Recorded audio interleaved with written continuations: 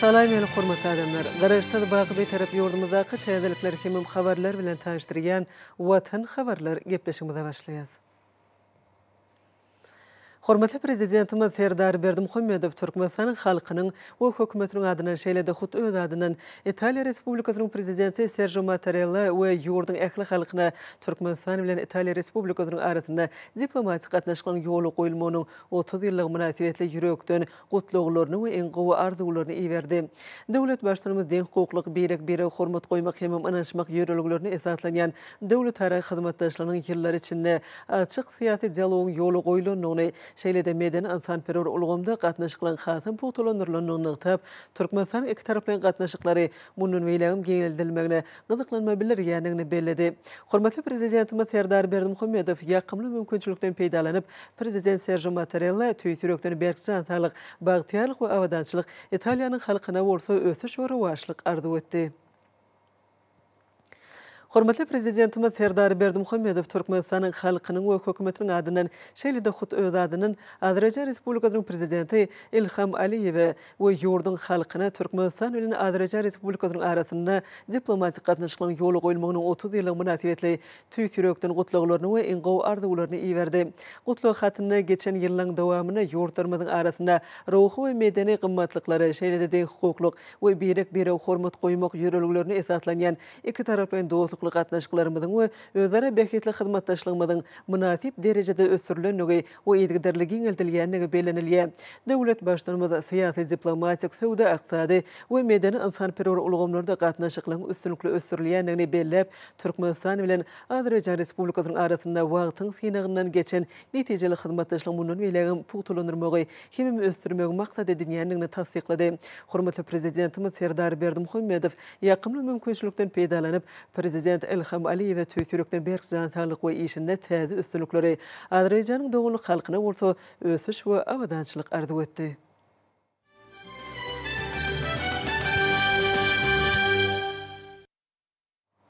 Häzirki döwürde ýurdumyzyň owa hojulugyny toplumlaryň esasy ösürmek boýunça ýawaňlandyrylan özgörtmeleň üstünlikli durmuşa geçirilmegi pudoga häzirki zaman ilminiň gadananlarynyň we sany ulgamyň işiň ornaşdyrylmagy netijesinde azyk önümleriniň önümçilik mukdarlary ýokarlanýar. Şol wagtyň özünde toplumyň eksport kuwatlyklary artýar.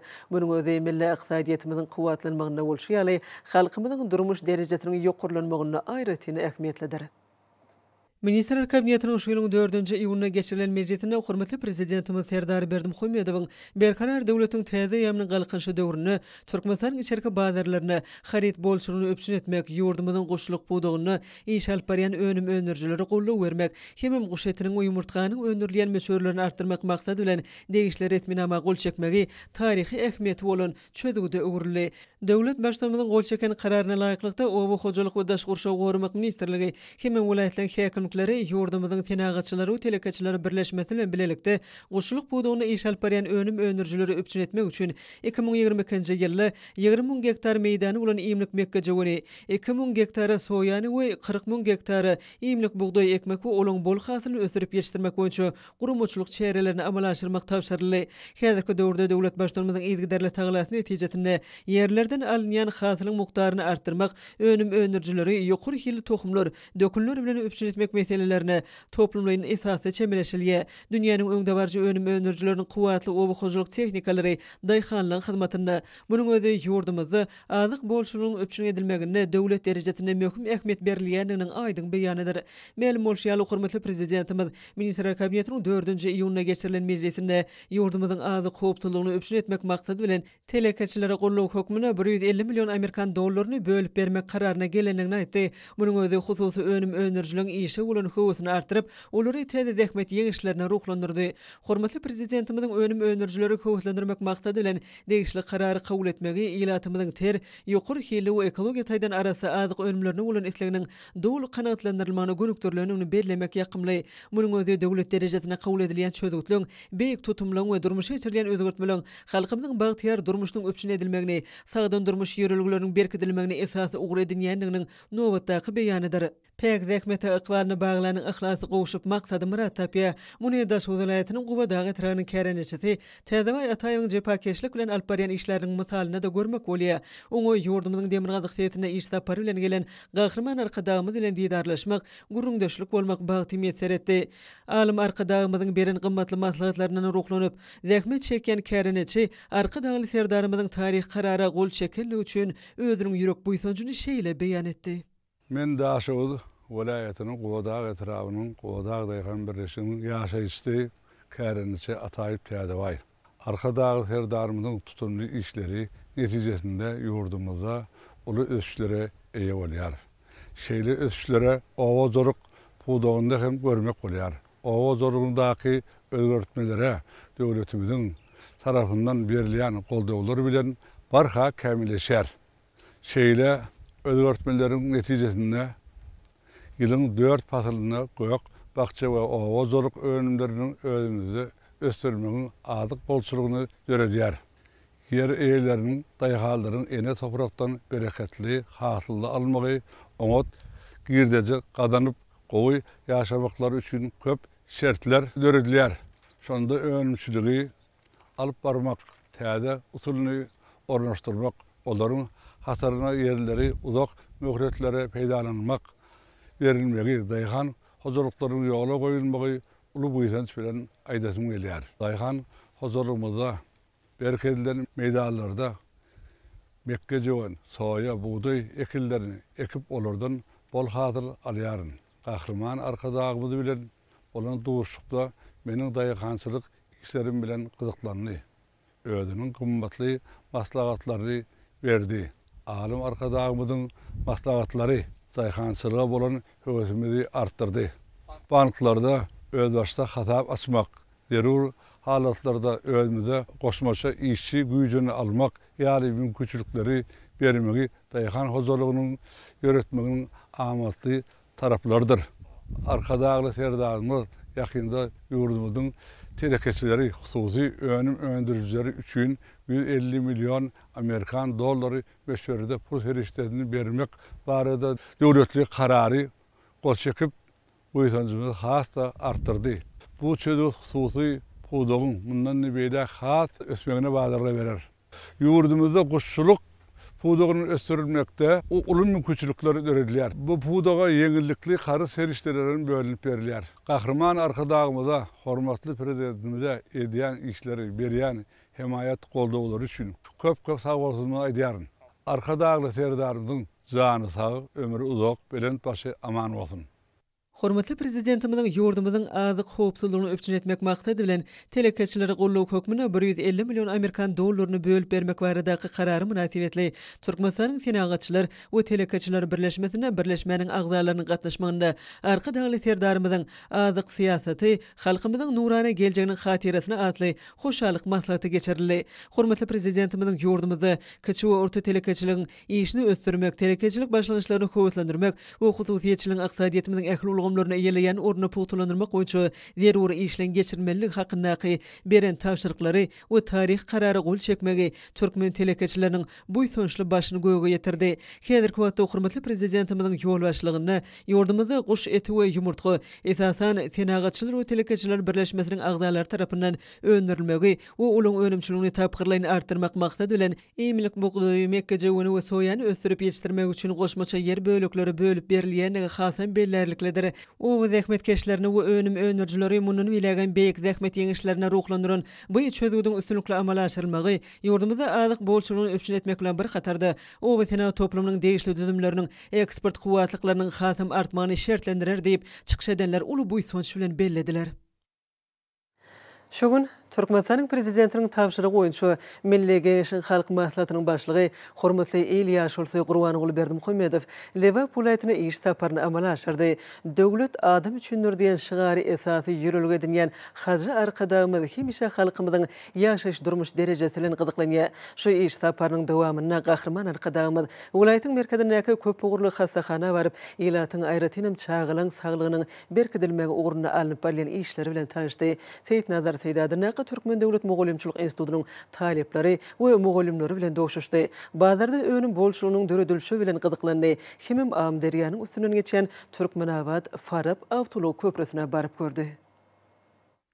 Ýeri bilen Türkmenistanyň Milli Geňeşiniň halk matbatynyň başlygy Gurbanuly Berdimuhammedow Türkmenabad şäheriniň köpügürli hassahanasyna baryp, bu ýerde işgärleriň netijeli işlemegi we näçalar üçin döredilen şertler, şeýle hem köpügürli hassahanada bizerge alýan çağalaryň taglyk ýagdaý bilen gyzyklandy.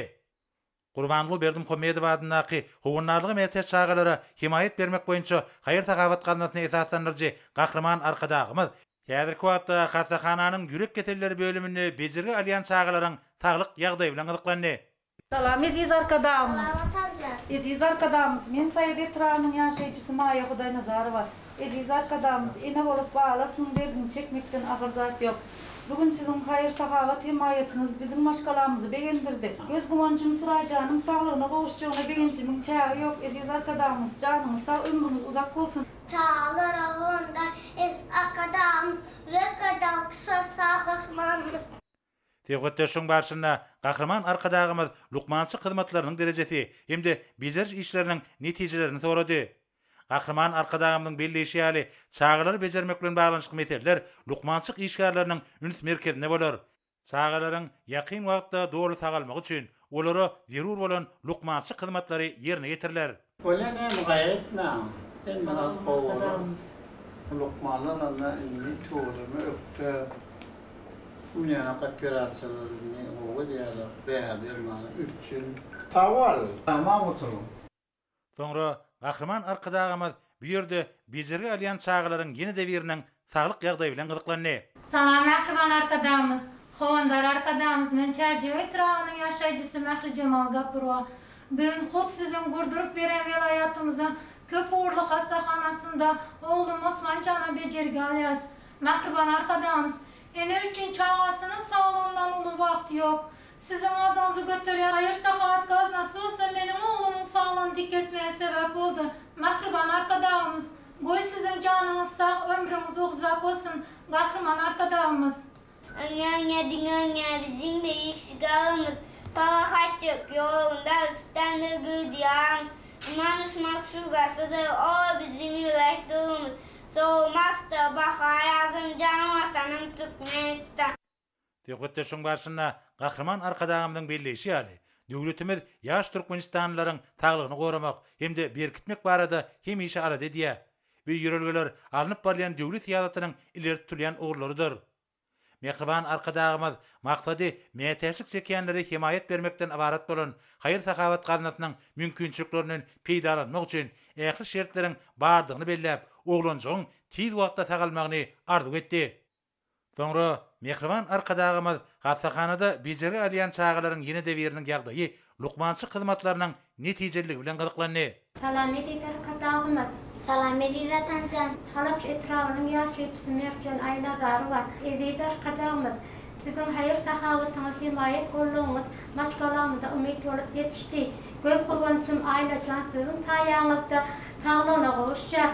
Goý sizin janyňyz sag bolsun, ömrüňiz uzak bolsun. Biz üçin, çağalarymyz üçin etken aladalarymyza ene ýüregimden alkyş aýtýaryn. Sag bolun arkadaşlarymız. Eziz atanjan, men size bir goşgy aýdyp beräýin.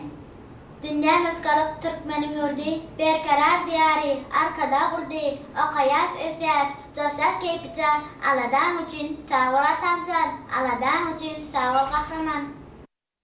Dünýäniň belli kompaniýalarynyň häzirki zaman enjamlaryny üçineden bir hassahanada körpeleri ýokary hilli lukmançyk hyzmatlar edilýär.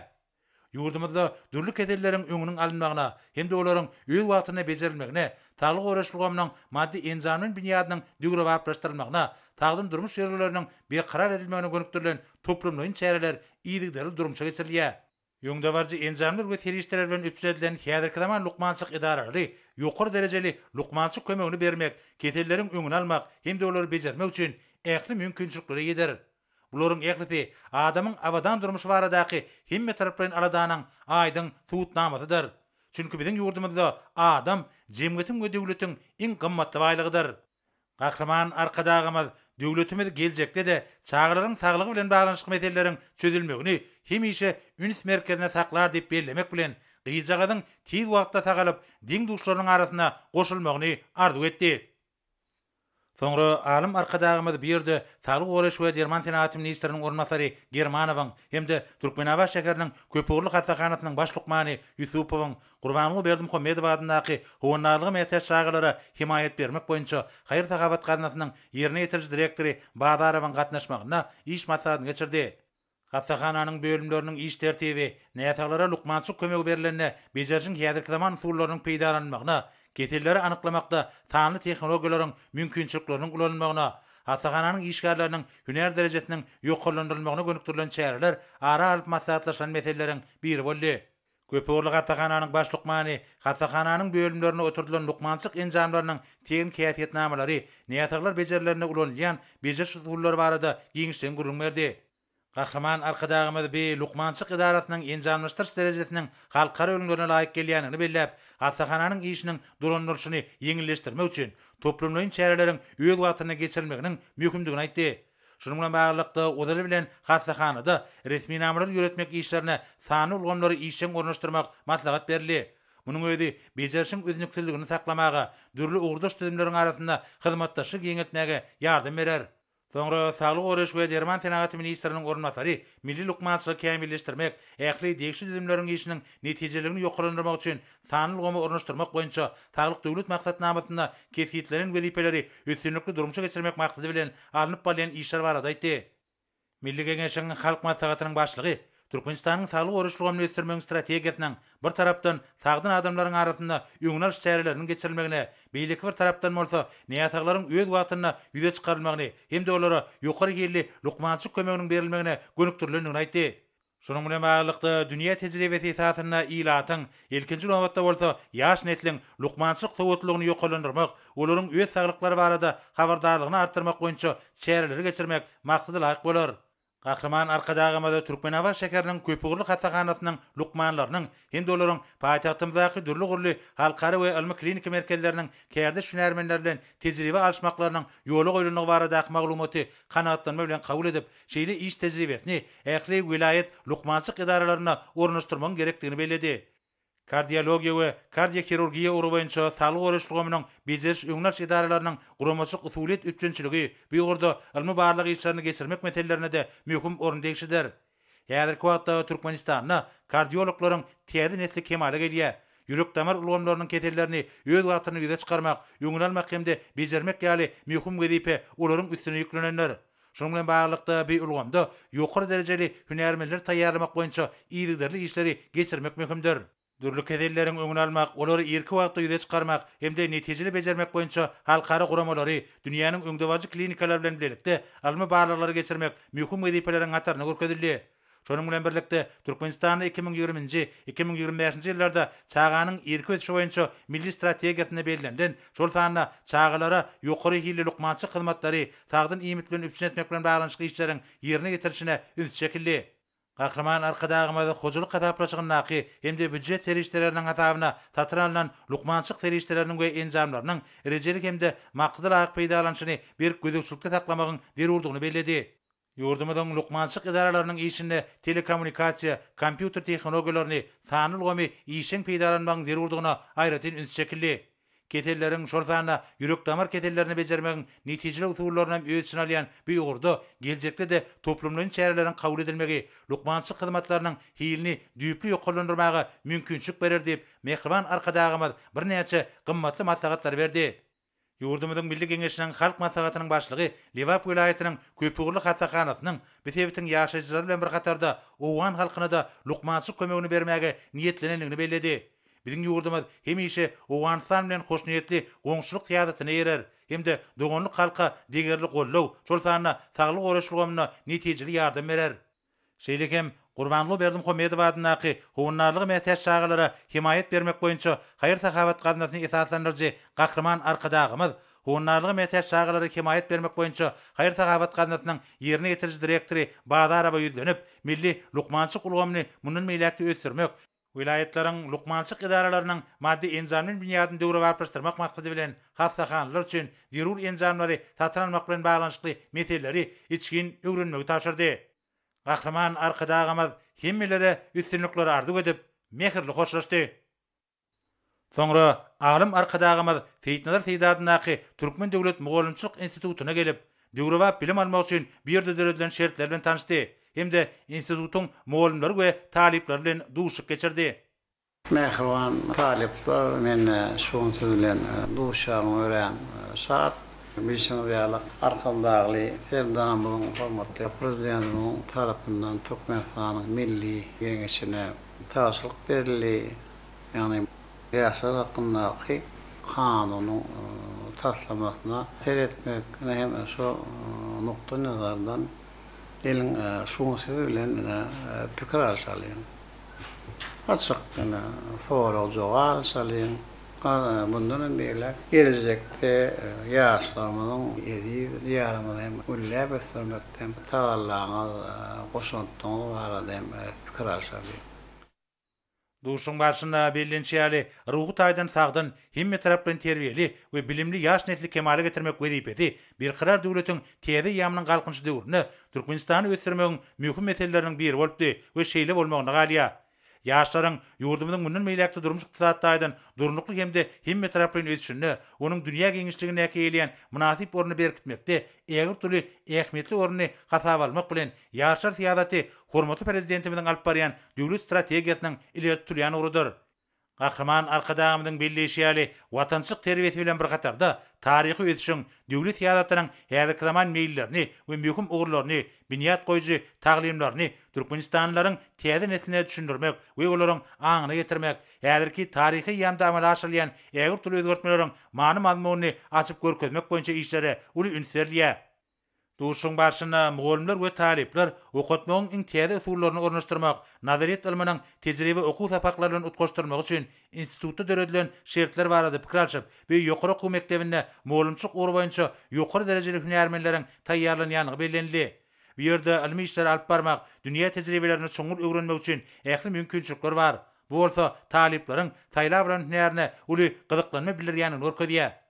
Duşuga gatnaşylar alim arkadagymyzy häzirki zaman mugallimçylyk ilmini kämilleşdirmek, sanly bilimi ösürmek üçin özlerine döredilen mümkinçilikleri netijeli peýdalanmak ornuny ähli tagallalary etjekdiklerini, ýurdumyz üçin ýokary hünärli hünärmenler bolup ýetişjekdiklerini ananyrdylar. Gahraman arkadagymy, men institutumyzyň Türkmen dili we edebiýat fakultetiniň Türkmen dili we edebiýat hünäriniň 3-nji ýyl talibi Bayram Saly. Gahraman arkadagymy, geljekde men ýaş nesillerimize terbiýe berjek ustad mugallim bolup ýetişetim gelýär. Siziň berýän öwütündöwlerinizi Gahraman arkadagymyzyň alyp barýan beýik işlerini ýaş nesillerimize öwretmekde hemde ýaymakda öz çakly goşandym gelýär. Gahraman arkadagymyz, siziň döwletli adamymyzyň, siziň ilim bilim hojamyza düşmegi, ähli professor mugallimlaryň, biz talip ýaşlaryň goýtaşly başymyzy göge getirdi. Alim arkadagymyz, bize bildirýän şeýle uly önemiňizi öýdäp, ata watanymyzyň ilim bilim binýadyna özümizin mukaddes borjumyzy goşjakdygymyza size inandyrmaga sizden ul hormat bilen haýyş edýär. Gahraman arkadagymyz, siziň janyňyzyň sap, başyňyzyň dik bolmagyny, arkadagy serdarymyzyň, ata watanymyzyň beýik geljegi üçin alyp barýan ägir türlü işleriniň elmydama rowaçlyklara wetlenmegini tüýsüregimizden arzu edýär. Nusgasyz geljekde, nusgasyz mertlikde, merdanalykda, nusgasyz geljege nazar salmakda, dünýä nusgalyksyz, ähli wagtda, her bir işte görelisiz arkada talip ýaşlar siziň bilen arkada.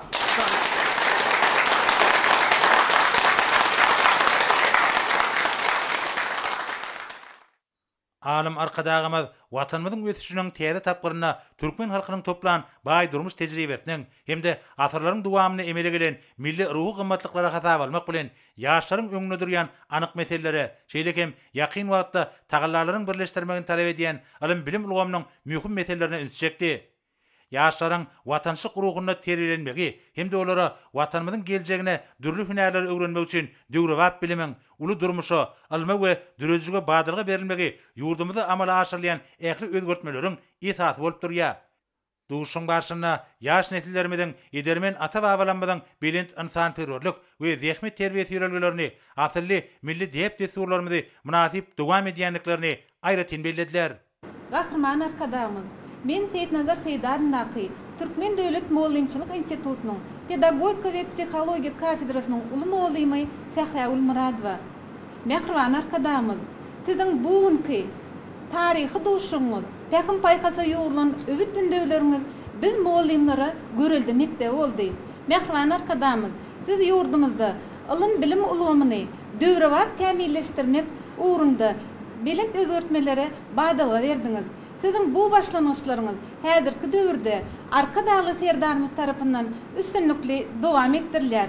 Mehriban arkadaşymyz, Seýdnazar Seýdaryňdaky Türkmen Döwlet Muallimçilik Institutunda hemde Mahtumularyňdaky Türkmen Döwlet Universitetini ilkinji gezip UNESCO kafedrasyny açmak uğrunda alınıp barýan işler professor muallimlaryň hemde talip ýaşlaryň buýsunjuny goşulandyrdy.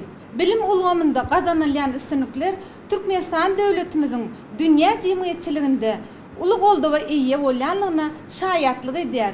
Alim arkadaşymyz, sizin Pekin paýkasy, ilmi maglumatlara baý, ajaýyp kitaplaryňyz, geljegimiz bolan talip ýaşlary, giň dünýä garaýşly, watansöýji, pek ahlakly, hormatly prezidentimize, Mehriban arkadaşymyz, sizi wepallyk ruhunda terbiýelemekde esasy ýan kitap bolup hyzmat edýär. Mehriban arkadaşymyz, sizin janyňyz sag, başyňyz dik bolsun. Hormatly prezidentimiziň il yurt bähmetli, döwlet ähmiýetli işleri, ilmi dama, ruwaşlyklary besensin.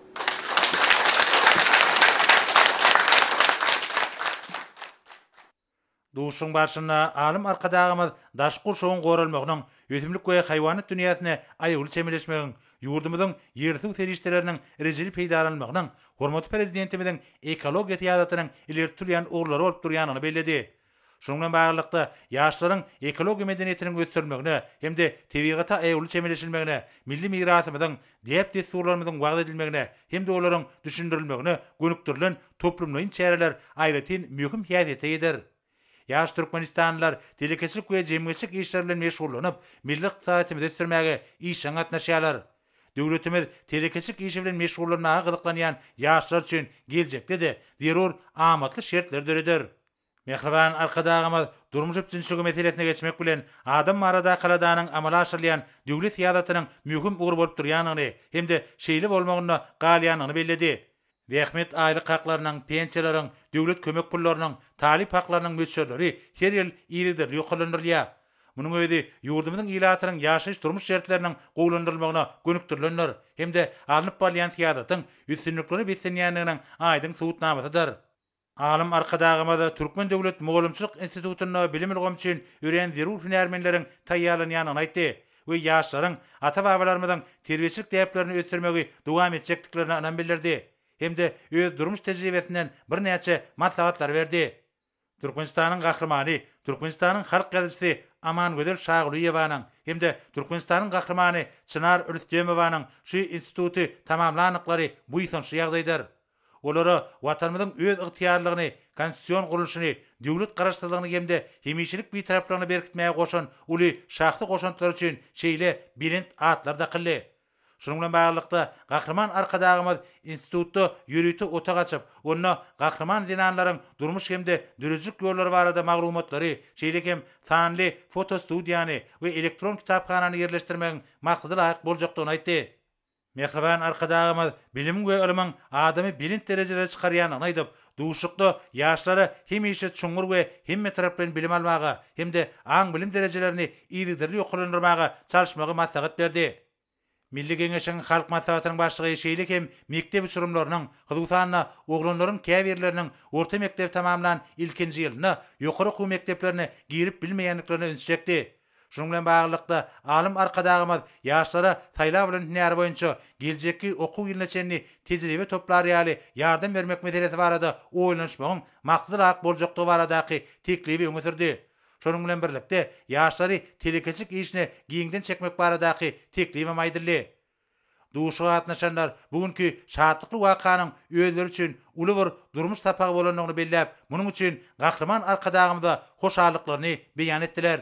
Gahrman arkadaşymyz, men Seýdnazar Seýdaryňdaky Türkmen Döwlet Muallimçilik Institutunyň himiýa hünäriniň taýlyby Mehrijemal Guljanowa.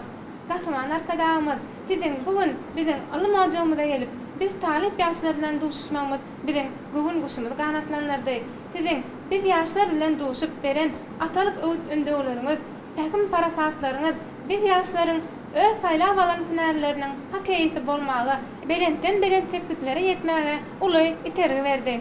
Gahrman arkadaşymyz Türkmenistanda tebiň we tahqiq ilmi uğurlara değişli dersleri okutmagy kämilleşdirmeň konsepsiýasynyň kabul edilmegi ýurdumyzyň umum bilim berýän orta we ýokary okuw mekdeplerine tebiň we tahqiq dersleriň döwrüňe okutulmagyna itergi berdi. Gahrman arkadaşymyz biz talip ýaşlary hem döwlet we halkara derejesine geçirilýän ders bähleşiklerine baýraklaryň nasip bolmak wagty meýser etdi. Gahrman arkadaşymyz sizin taýarlaryňyz bilen ýurdumyzyň kimya senaty uly tepkitlere yetdi. Muňa ýurdumyzyň tebiň gazdan arasy benzinin öndürilip başlanmagy, täze kimya karhanalarynyň açylmagy aýdym masallar. Gahrman arkadaşymyz biz talip ýaşlar öz saýlap alan hünärimiziň hakykati bolup ýurdumyzyň bilim ulgamyna öz münasip goşandymyzy goşakdymyzy anandyrmaga ruhsat bermeňizi uly hormat bilen haýyş etýäris.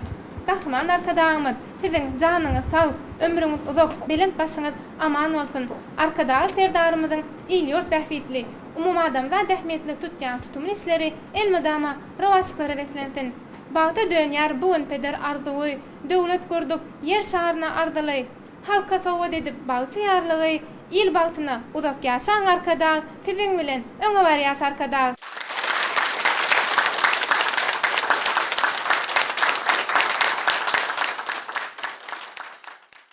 Alim arkadaşymyz bir ýokary okuw mektebine alınıp bolýan işler baradaky gurrungy dowam edip, institutun halkara ölçeglerine laýyk gelýän täze binasyny gurmagyň maksady laýyk boljakdygyny belledi. Soňra Seyitnazar Seydatynaky Türkmen Döwlet Moğolumçylyk Institutunyň rektory, Türkmenistanyň Milli Geňeşiniň halk maslahatynyň başlygy Alim arkadaşymyz ýokary okuw mektebine gelip görenligi, talip ýaşlary okutmak meselelerini, mugallimlaryň hemde bir bilim idarasynyň iş şertlerine ýigderli üns berýänligi, şeýlegem gymmatly maslahatlar üçin tüý sürekden hoşallyk bildirip, ýurdumyzyň bilim ulgamy üçin ýokary derejeli hünärmenler taýýarlamak uğruna geljekde de ähli tagallarlaryny etjekdiklerini anandyrdy.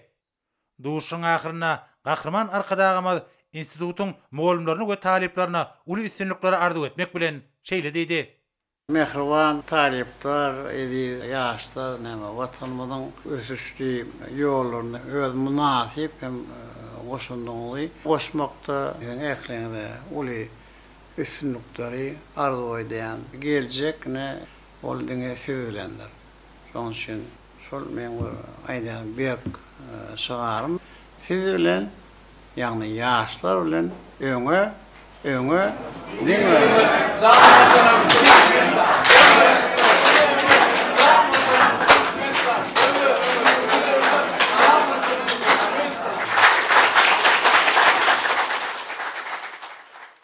Soňra Türkmenistanyň Milli Geňeşiniň halk maslahatynyň başlygy vilayet merkezindäki bazara baryp, azyk önümleriniň görnüşleri, hyzgutanyna göýek we bakça önümleri bilen bazarda önüm bolşurynyň düredilşi bilen gyzyklandy.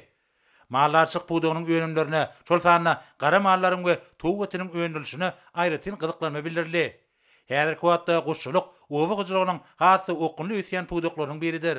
Melim Morşiýaly Ministrler Kabinetiniň we Türkmenistanyň Döwlet Howpsuzlyk Geňeşiniň 4-nji iýunyna geçirilen birlikdäki giňişleýin mejlisinde hormatly prezidentimiziň bol çeken kararyna laýyklykda owa gyjylyk we daşky şowgormak ministrligine hemde wilayatleriň häkimliklerine tenagatçylar we telekeçe birleşmesi bilen birlikde guşçuluk puwdygyny iş alyp barýan önüm öndürjileri üpçün etmek üçin 2020-nji ýylda iýimlik mekkeje göni, soýany we iýimlik buğdaý ekmek we olaryň bol hatyryny üsürip ýetişdirmek boýunça guramaçyk çärelerini amala aşyrmak tapşyryldy.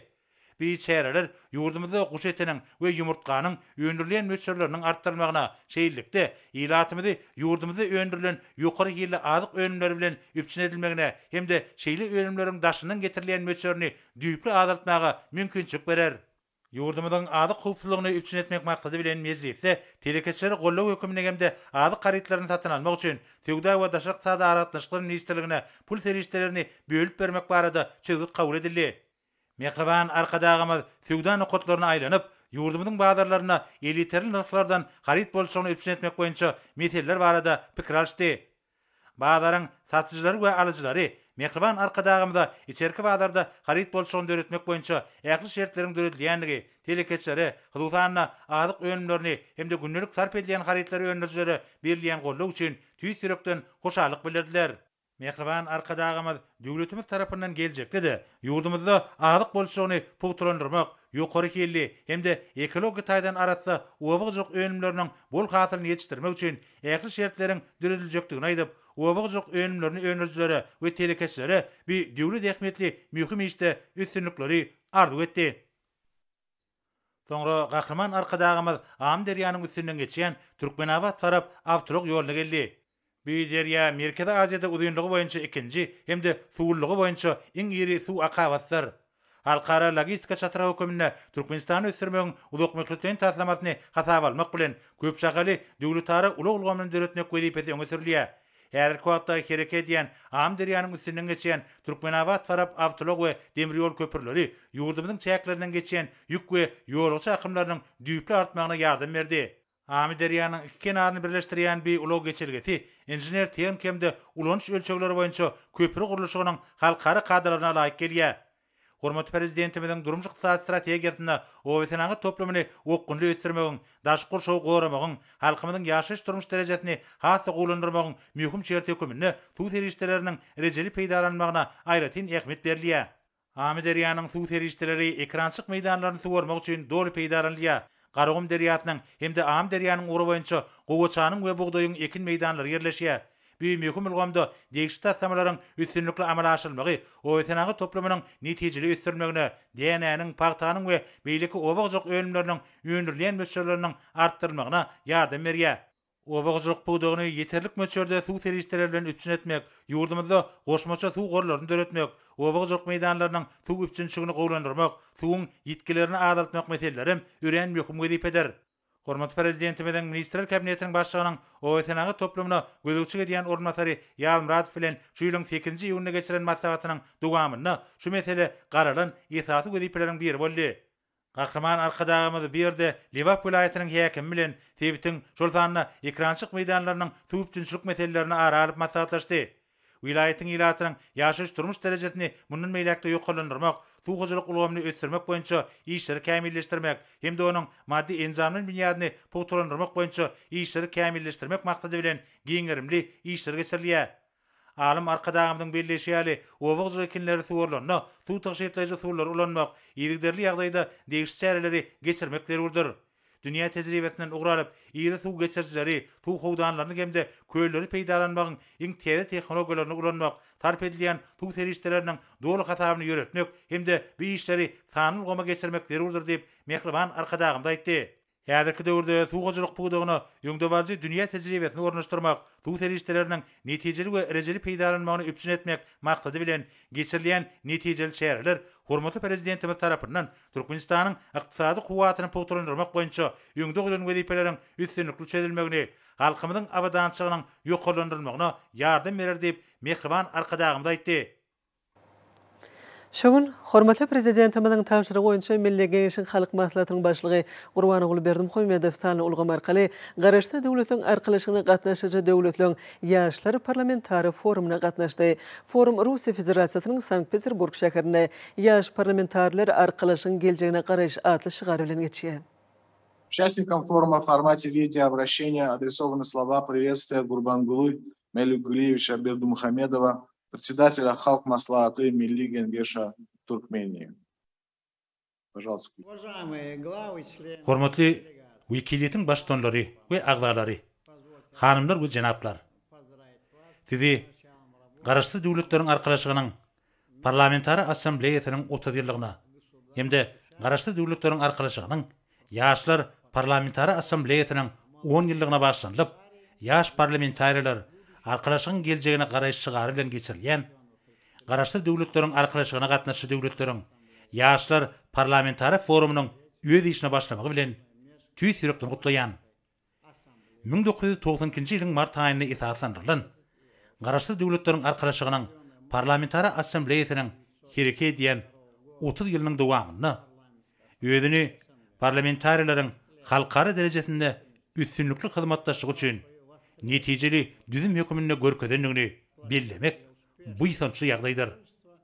Şu döwrüň dowamynda garaşly döwletleriň arkaçygynyň parlamentary assambleýasy tarapyndan garaşly döwletleriň arkaçygyna gatnaşy döwletleriň umumy kadrlaşdyrjy hukuk binyadynyň döredilmegine gönükdirilen 600-den gowrak model kanunlar kabul edildi. Munyň özi garaşly döwletleriň arkaçygynyň parlamentary assambleýasynyň biziň ýurtlarymyzyň dürli ulgamlarda hyzmatdaşlygyna köp sanly oňyn teklipler we taslamalar boýunça başlanýanlar bilen çykyş edýänliginiň aýdyn suwutnamasydyr. Şunun bilen baglykda Türkmen parlamentarileriniň biziň döwletlerimiziň ösüşini hemde üstünlikli goşulmagyny üpçün edýän bir awraýly gurama bilen köp taraply hyzmatdaşlygynyň mühim ornuny bellemek isleýän. Muňa 2020-nji ýylyň 12-nji maýynda garaşsyz hemişelik bir tarap Türkmenistanyň paýtagty Aşgabat şäherine geçirilen Merkezi Aziýa döwletleriniň we Russiýa Federasiýasynyň parlamentary forumynyň jemleri aýdyn şaýatlyk edýär. Russiýa Federasiýasynyň federal ýygynynyň Federasiýa Geňeşiniň başlygy we garaşly döwletleriň arkaçygynyň parlamentary geňeşiniň başlygy Valentin Ivanovna Matviyenkanyň teklibi boýunça bir forum Aşgabat görnüş diýilip atlandyryldy.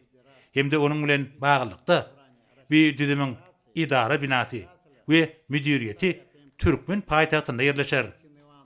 Şol forumda kabul edilen jarnama netijesinde biziň ýurtlarymyzyň netijeli parlamentary hyzmatdaşlygy geljekde içer we daşary syýasat, sebit we äklimum parakatçylygy hemde howpsuzlygy üpçün etmek, ykdysadyýet, sowda, ulug kommunikasiýalar, energetika, ekologiýa, medeniýet, alim bilim we beýlik ulgamlarda üstünlikli dowam eder. Aşgabat jarnamasyna şeýlik hem biziň öňe süren hemde halkara gatnaşyklaryna parakatçylygyň, dialogyň we ynançmagyň medeniýetiniň kemale gelmegine gönükdirilen dialog parakatçylygyň kepili äklimum başlangyjymydan ähmeti bellenilýär.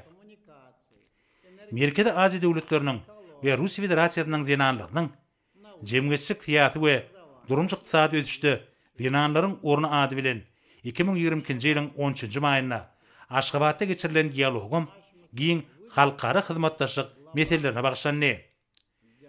Bir duşuk, dostlukly ýurtlaryň geljekde Birleşen Milletler Guramasynyň 2030-njy ýyla çen döwür üçin durnukly ösüş maksatlaryna yetmekde. Zenanlaryň döwlet we jemgyçlik durmuşyna gatnaşmaklarynyň derejesini ýokalandyrmak, şol sanyna gender deňligini we orada alınıp barýan syýasatyň gazananlarynyň zenanlaryň hukuklarynyň we beýiklikleriniň goruglygyny üpçün etmekde. Syýasy, ykdysady we durmuş ulgamlaryny mühim meseleler boýunça çözgütleri kabul etmekde. Olaryň orny ýokalandyrmak meselelerine aýratyn üns bermäge agrarlydyklarynyň suwutnamasy boldy. Şeýlikde Türkmenistanyň öňe sürýän parlament diplomatiýasy ýazyrky wagtda parakatçylygyň, hyzmatdaşlygyň we öýdary düşünşmegiň netijeli gurally bolmalydyr. Biziň halkara parlament işlerimiz ýazyrky döwürde hutçy orda mühim ähmeti eder. Hormatly foruma gatnaşylar, şu ýyl özüniň döredilmeginiň 10 ýyllygyny belleýän ýaşlar parlamentary assambleýasynyň mühim ornuny bellemek aýratyn ýakymlydyr. Merim Morşiýary 2012-nji ýylyň 20-nji noýabrynda döredilen garaşly döwletleriň arkaçygynyň döwletary düzümi bolan bir gurama ýaş parlamentariýlary öýdary gyzyklanma bildirýän köp meseleler boýunça birlikdäki başlangyçlary işläp taýýarlamagy işin çekýär. Şol sebäpli şu gün bir forma gatnaşýan Türkmen toparynyň düzümine biziň ýaşlarymyzyň wekillerim girdiler. Bir himme taraplyň ösen, bilimli, hünerine ussat ýaşlary, olaryň hüner we dörejik taýdan gazananlaryny wagt etmek hemde gollamak bilen ýaş nesillerimiziň ansanperwer, watançy, ruhy we beden taýdan sagdyn, jogapkär şahsiýetler hökümine kemale gelmek üçin ýakly zerur şertler döredýär. Bularyň netijesinde biziň ýurtlarymyzyň ýaşlary parlamentary assambleýasynyň gepleşikler üçin açyk meýdançasynyň mümkinçilikleriniň peýdalanyp, geljekde de halkara hyzmatdaşlygyny üstünlikli ösdürmelidirler. Dostlyk we öýdary anamy berkitmelidirler. Oňyň başlangyçlary öňe sürmelidirler. Ýaşlar syýasat ulgamyna täze ýollary gözlemelidirler. Öýdary beýiklikli syýasy, ykdysady we medeni gatnaşyklary giňeltmelidirler. Şunun bilen baglykda Türkmenistanyň ýaşlar syýasatynyň kämilleşdirilmegine uly ähmiýet berilýär. Onuň döwrüň täze ýokary taraplaryna laýyk gelýän hukuk itaat hareket gitlenilýär. Biz ýurdumyzy durumçy ykdysadyň ösürmek bilen baglanyşykly maksatnamalary kabul edýär we amal aşyrýar. Şeýle maksatnamalar taýýarlananda ýaşlaryň ýerine getirmeli işler bilen bir gatarda olaryň beýiklikleri we durmuş zerurlyklary gözüňde tutulýar. Berkarar döwletiň täze ýamynyň galkynşy Türkmenistany 2022-nji 2050-nji ýyllarda durumçy ykdysadyň ösürmegiň milli maksatnamasyny türkmen ýaşlarynyň ýödüniň rewşen geljeginiň hemde watanymyzyň nurany geljeginiň berik binýadyny döretmek üçin täze mümkinçilikleri iyi bolmak ornuny äkli ýerü şertler gözüňde tutulýar.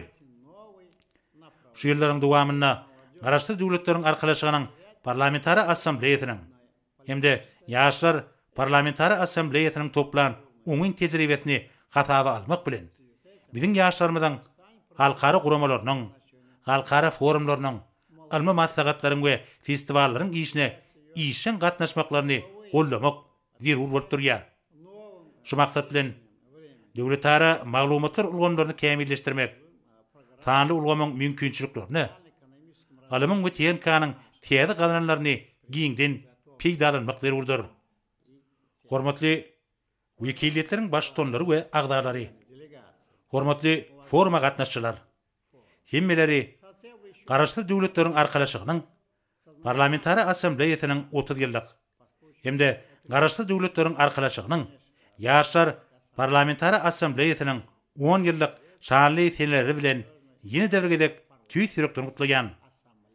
Dürli ulgamlarda parlamentarlaryň arasynda dep bolan netijeli hyzmatdaşlygyň puturandyrylmagyna hemde oňyn döwletary gatnaşyklarynyň giňeldilmegi üçin täze syýasy hukuk binýatlarynyň düredilmegine ýardam berjek.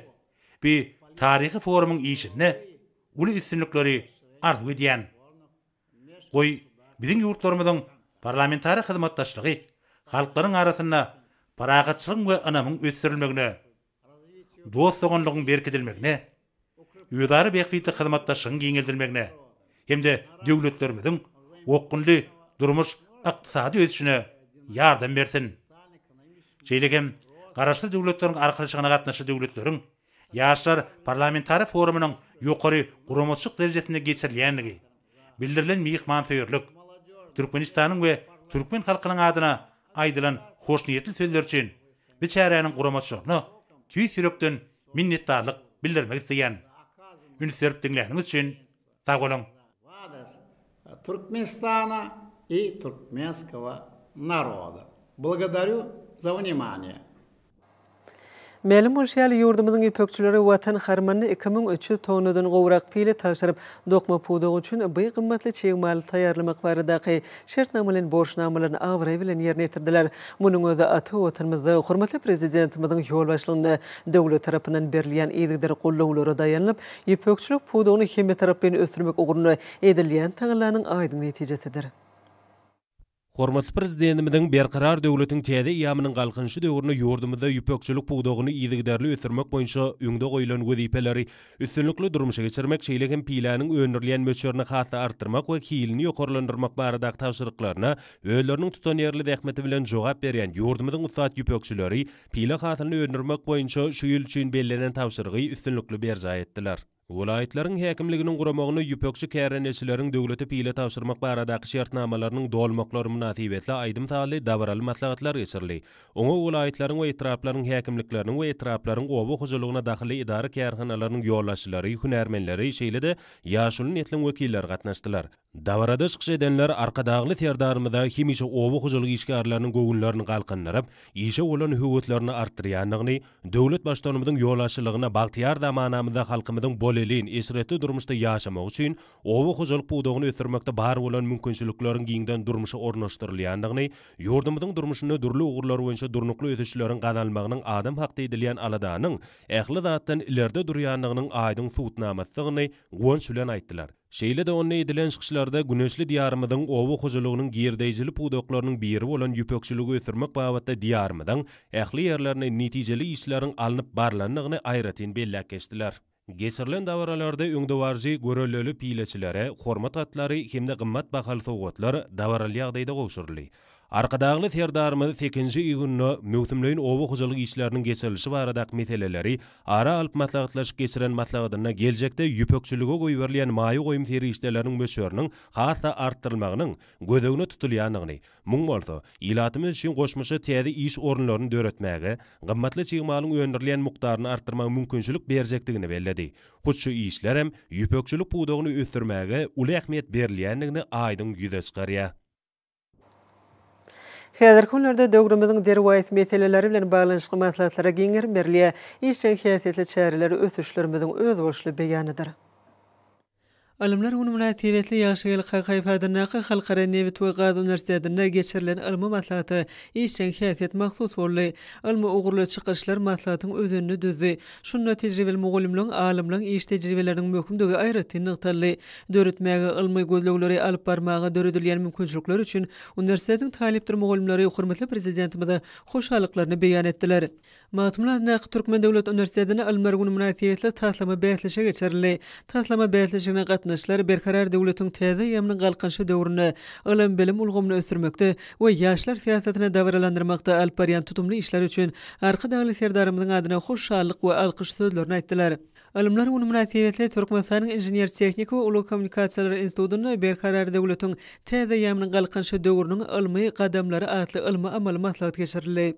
Döwlet Mehmet Azadadynaky Türkmen Milli Dünýä Dilleri Institutyny professor mugallimlaryň we taliplerin gatnaşmagyna ilmler güni münasibetli berkarar döwletimiziň täze ýamynyň galkynşy döwrüne dilleri öwrenmegiň we öwretmegiň döwri we usullary atly ilmi amal maslahat geçirildi. Şanly sene münasibetli maslahat Türkmen Döwlet Medeniýet Institutyna da geçirildi. Onuň aýdym sady çykyşlary bilen utgaşmagy bolsa täsirligi bilen tapawutlandy.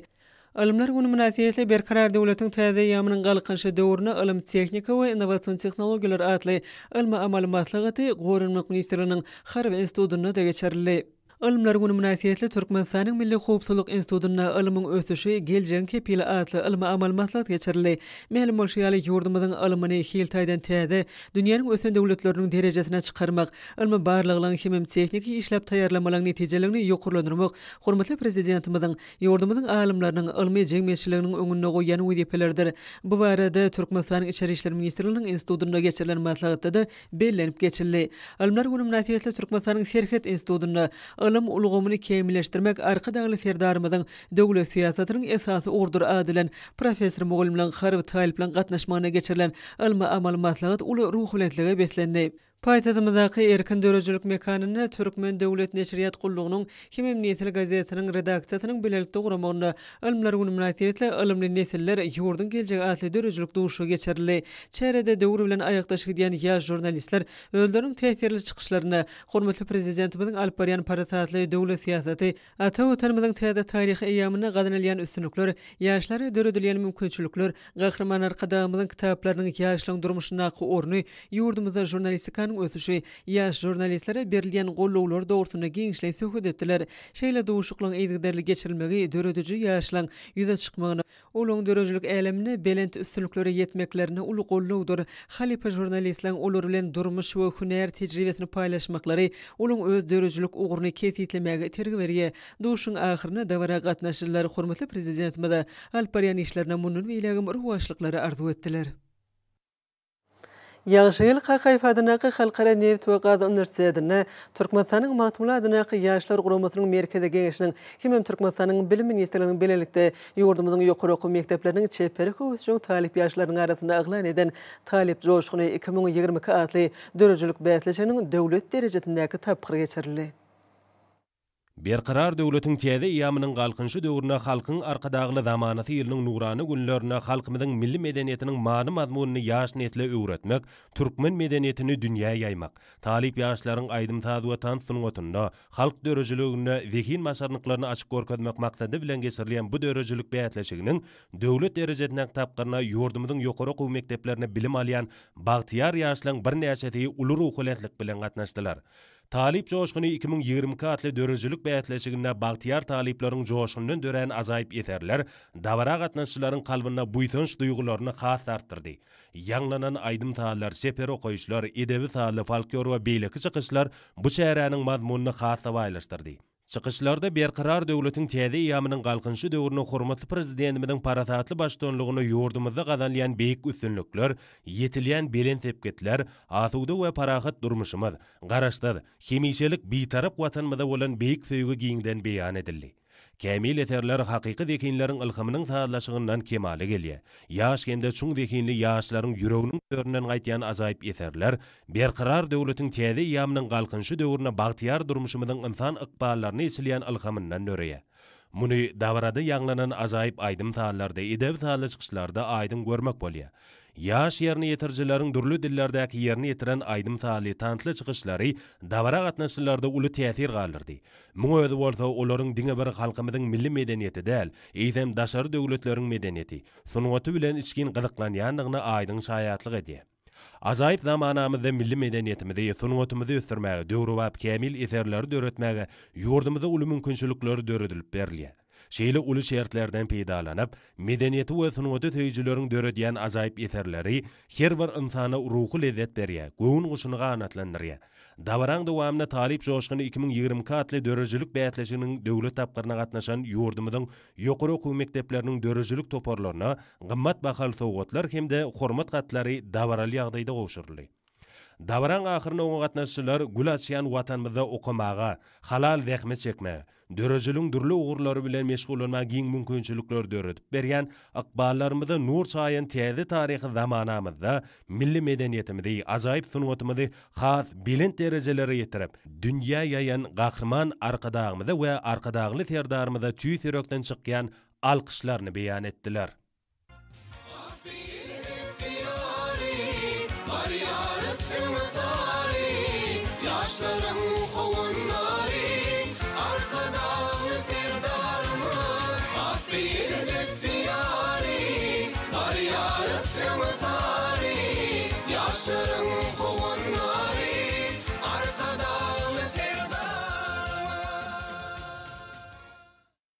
Hormatly adamlar, ene bolsa ýurdumyzyň welaýatlaryň we paýtagtymyz Aşgabat we Şäherine şu gün 9-njy iýuny saat 20-den 10-njy iýuny saat 20-çe boljak howa barada Türkmenistanyň howa maglumatlygyny berýän habar bilen tanış boluň.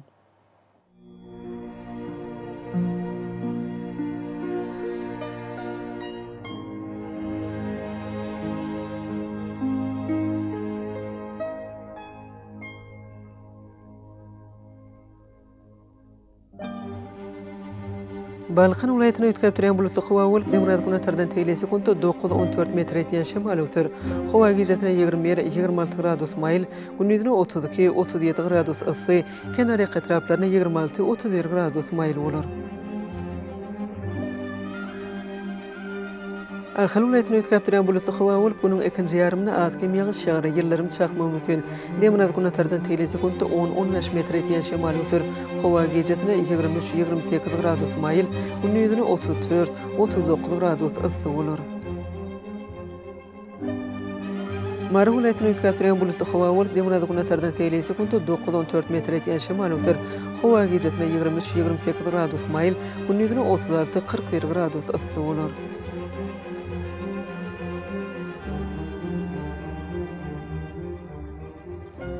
Lewap vilayatyna az kem bulutly howa bolup, Demirad günetardan teýle sekunda 9-14 metr ýetýän şemal öter. Howa gijetine 23-28 gradus maýl, gündüzine 36-41 gradus ysy bolar.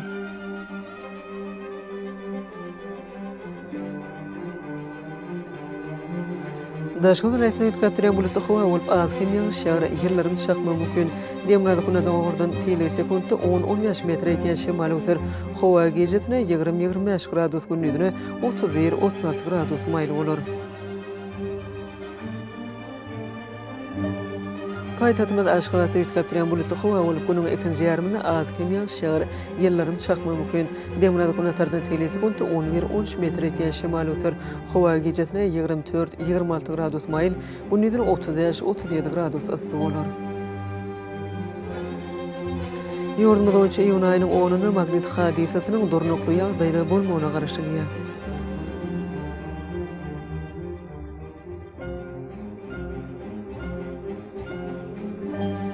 Ediz vatandaşları Thomas Paslyny howanyň derejesiniň ýokurlanýanyny nazara alyp, Paslyň aýratynlyklaryna laýyklykda geyinmegi, günüň ýeti şöhlesinden goranmagy, şeýle-de ýurdumyzda hereket edýän şahsy we jemgyýetçilik arasyçylyk tertip düzgünlerini berja etmegi maslahat berýär. Mehriban ileşler, bulary berja etseňiz ýylyň islenip Paslyny öz saglygyňyzy gorap bilersiňiz. Mehriban adamlar şoňlan watan habarlar gepleşigimiz jemleýäs. Berkarar döwletiň täze ýamynyň galkynşy döwrüne aty watanymyz Türkmenistan ähli wagtlarda ötüşler ötlenýär. Ähli ötüşlüň ödünine bolsa halkyň behbidi bar. Çünki biziň ýurdumyzda döwlet adam üçindir. Hoş wagtyňyz.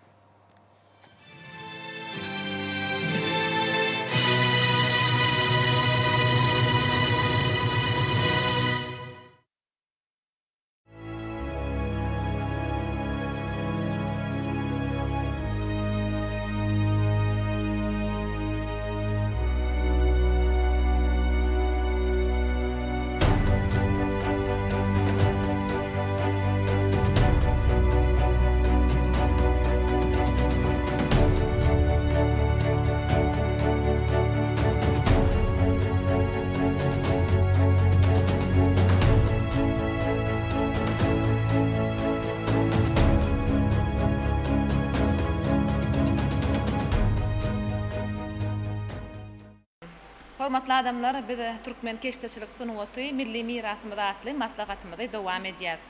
Türkmeniň keşteçilik sunuwatyna älim hayran.